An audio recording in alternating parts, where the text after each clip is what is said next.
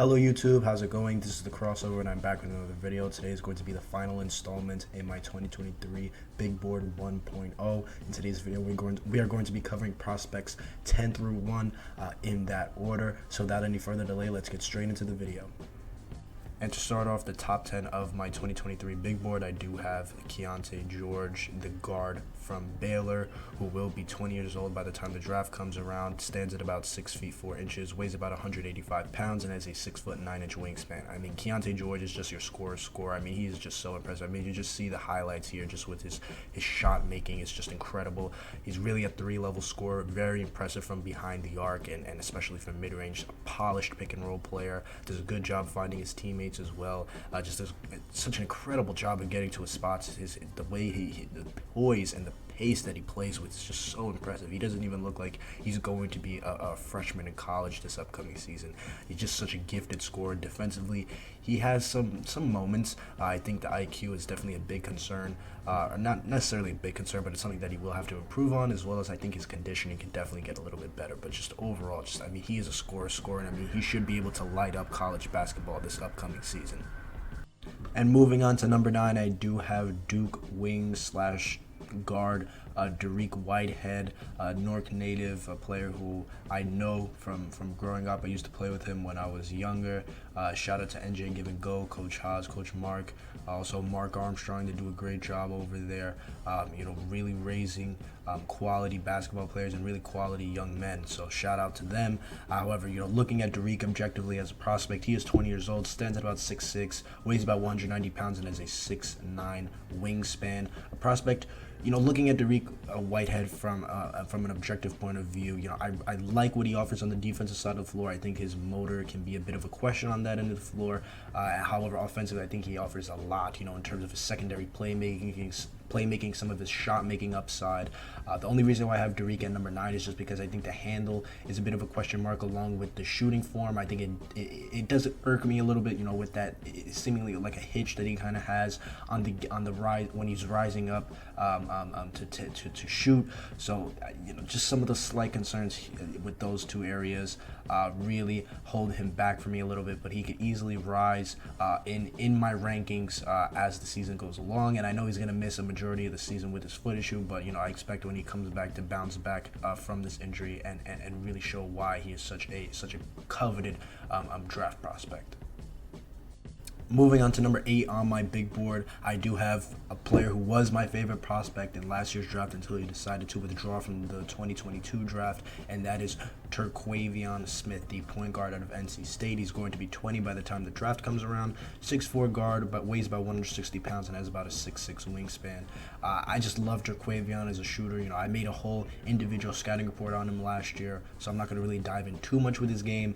I do think the decision to come back for his sophomore year was a bit risky. It seemed like he was a guaranteed top 25 pick, so that's a huge bet on himself, and I think it's either going to pay off extremely well or it could really backfire on him. And I think if he improves on the playmaking and the finishing around the rim, maybe improves a little bit on terms of his defensive consistency, I think being a top 10 pick in this year's draft is certainly within the realm of possibility for TERQUAVION Smith. So again, it was a very risky move to come back. However, I'm betting on him making improvements to his game, and I think with the said improvements, it will propel him to be a top 10 pick in this year's draft. And I definitely view him as the best returning player in college basketball this upcoming season. Moving on to number 7 on my big board, I do have overtime elite point guard Amen Thompson, who will be 20 by the time the draft comes around.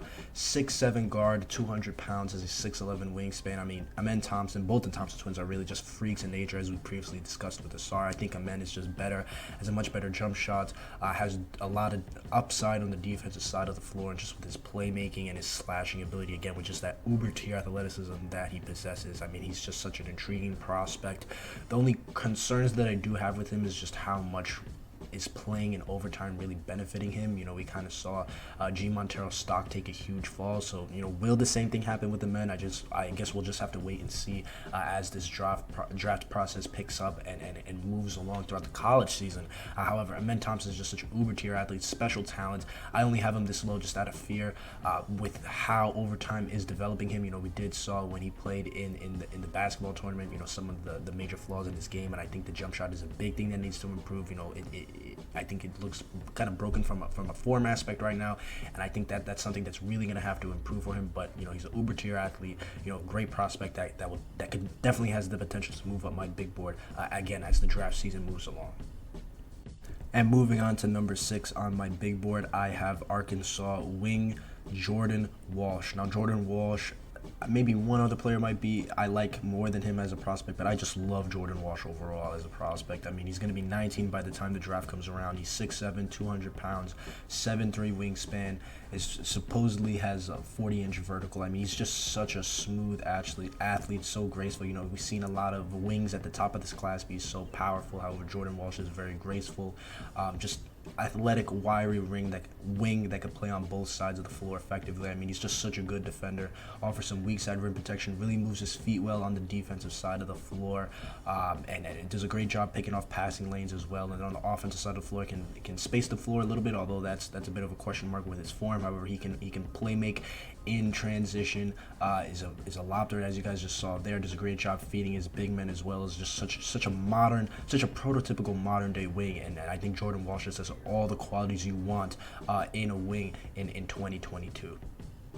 Moving on to number 5 on my big board, I do have Villanova wing/forward Cam Whitmore, who will be 19 years old at the time of the draft. Stands at about 6'7", weighs about 225 pounds, and has a 7'3" wingspan. Now, Cam Whitmore is just an athletic freak. I mean, he's just such a powerful athlete, as you just saw there with that dunk in FIBA this previous summer. I mean, just such a freak of nature. I mean, just with his athleticism, it just allows him to do so much, especially on the offensive side of the floor. I think he's going to really thrive as not only a rim runner, but as a cutter, and I expect those to be his main offensive tools at the next level. I mean, defensively, just allows him to cover so much ground, act as, a pseudo, help side rim protector at times. I think he's very versatile as well on the perimeter, able to move his feet very well, and I think he does have some playmaking upside. I think the only real question with Cam Whitmore is the jump shot. I do have some fears about his form, but if he figures out the jump shot, I mean, we're looking at a quality prospect come next year's draft. Moving on to number 4 on my big board, I do have JERACE Walker, the forward or wing out of Houston, who will be 18 years old at the time of the draft. Stands at about 6'8", 220 pounds, and has a 7'2" wingspan. Just such an incredible prospect. I mean, I really love JERACE Walker. I think he's being slept on by the general consensus, just what he's capable of on both sides of the floor. With his strength and his versatility on the defense side of the floor, can serve as a pseudo rim protector as well as guarding out on the perimeter. I mean, on the offensive side of the floor, he was really a point forward at times for IMG his senior year, bringing up the ball, initiating the offense, has a smooth touch from both mid-range and from behind the arc. The shot is still a bit of a question, but I believe in the touch, and I think his form just needs a little bit of fine-tuning. But as you just saw there, I mean, he has some really incredible scoring instincts, and is just such a versatile all-around forward that I think will really rise on a lot of people's big boards and will be a consensus lottery pick by the time the draft comes around next season. To start off my top 3 of my big board, I do have Arkansas point guard Nick Smith, who will be 19 years old at the time of the draft. Stands at about 6 feet 4 inches, weighs about 180 pounds, and has a 6'9" wingspan. Might be my favorite player in this class overall. I just love what he's capable of on both sides of the floor. You can really tell that he takes a lot of pride on the defensive side of the floor based on his film at North Little Rock or his high school. And he really gets after guards semi-full court, really gets in their space, and does a good job sliding his feet. Does a great job, picking off passing lanes, poking the ball out of ball handlers' hands. And then offensively is just where he really shines. I mean, he might be the best pick and roll playmaker in this class. He's able to make seemingly every pass in the book. Really did a good job spoon feeding Khalil Ware throughout high school. A great pull-up shooter, both from behind the arc and also from mid-range, and he has arguably the best floater in this class. So I just love his attitude on both sides of the floor, and I think Nick Smith could be primed for an amazing season for Arkansas for this college season. And second on my big board, I have G League Ignite point guard Scoot Henderson, who will be 19 years old at the time of the 2023 draft. He is 6'2" and weighs about 190 pounds. Just Scoot Henderson is just such a freak. I mean, just his polish on the offensive side of the floor in terms of his handle, his mid-range shooting is just so impressive. You know, with a lot of these athletic guards, you know, they tend to struggle in terms of being able to make shots off the bounce. That is just not the case with Scoot. He's just, on top of him just being a freak athlete, just so explosive, able to just get up there and seemingly just glide through the air. He also has very nice touch in the mid-range, very quality passer. On the defensive side of the floor, he's shown some flashes. I think the IQ definitely needs some work, and also his three-point shooting definitely needs to improve. However, just with the tools he already has, especially given how young he is, I mean, Scoot Henderson could potentially be the next superstar point guard in this league.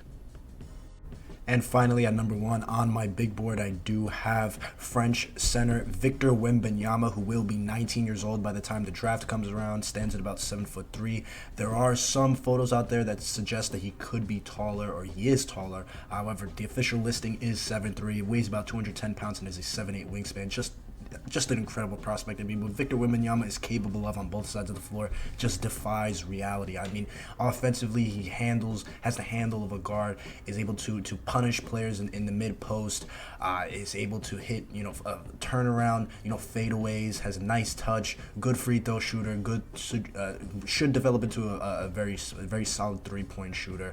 Offers some rim running, the playmaking definitely needs some work, but you know, just everything he's capable with offensively is just incredible. And on the defensive side of the floor is where he really shines. Great rim protector, does a good job keeping his hands up, although I do think he needs to work on his lower body strength as well, as some of the fouling issues that he does have. I think a lot of that is part due to his lack of strength at this point in his career. However, he's just defies what's possible on the defensive side of the floor. Just with his ability to cover almost 2 players at once a lot of times in pick and roll situations, is able to stay in front of guards due to his quick feet, very nimble feet. He has a lot of short steps, which allows him to change direction very quickly. It's just such an incredible prospect. Should be the no-brainer first pick in the 2023 draft, in my opinion.